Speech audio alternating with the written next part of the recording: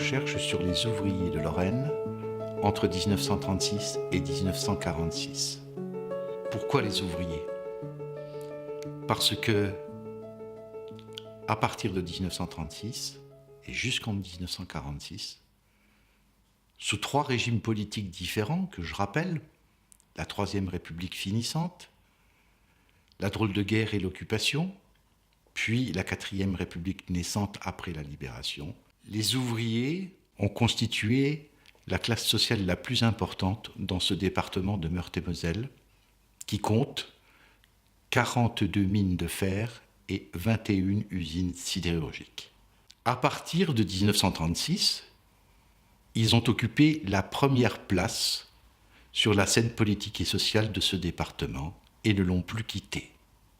J'ai pu mener à bien ce travail de recherche grâce à la possibilité qu'il m'a été offerte de consulter par dérogation les archives françaises et allemandes de la période d'occupation. En d'autres termes, j'ai pu présenter le point de vue des résistants, mais également le point de vue des forces qui se sont opposées aux résistants, qu'elles aient été françaises ou allemandes. Ce travail sur les sources qui m'ont été ouvertes m'a demandé 5 années. Et mes 3 tomes restituent au lecteur une synthèse de ce que j'ai trouvé dans les archives. Je n'ai pas voulu faire un livre universitaire. Mon livre s'adresse à toutes les personnes d'aujourd'hui. J'ai voulu faire ce travail parce que je suis d'origine ouvrière. Ma famille, mes grands-parents, mes parents ont travaillé à l'usine d'Auboué. Auboué est une cité industrielle qui possède un caveau des fusillés.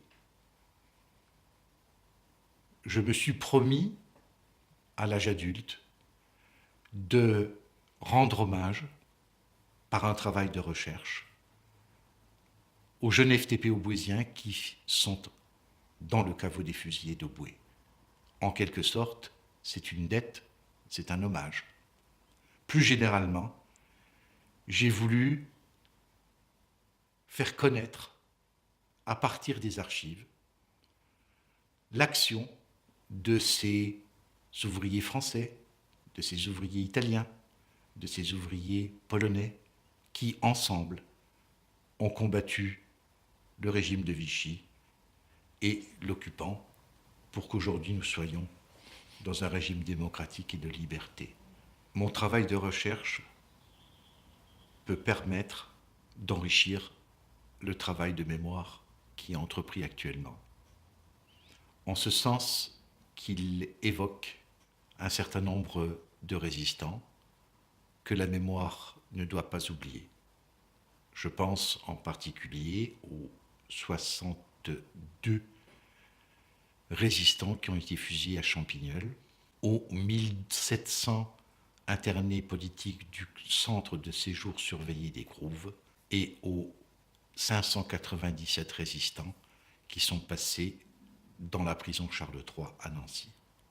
Mon livre évoque la classe ouvrière, c'est-à-dire un mouvement social organisé,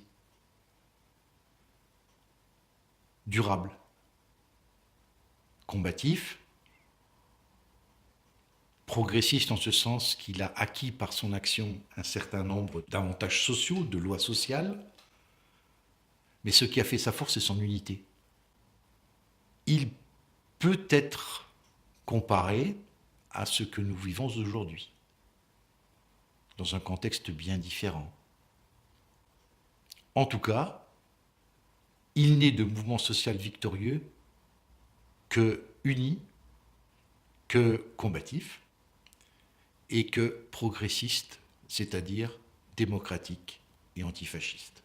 Les mouvements d'aujourd'hui questionnent, mais on peut comparer l'un et l'autre. Chacun le fera en se rappelant que la période 36-46 est une période où notre pays a été occupé, ce que nous n'avons pas aujourd'hui.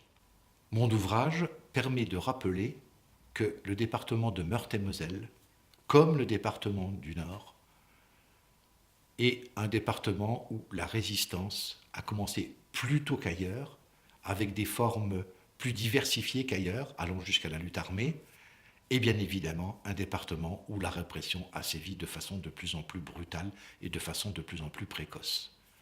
Mon ouvrage fait le bilan de ce travail des résistants et de cette répression qui s'est abattue.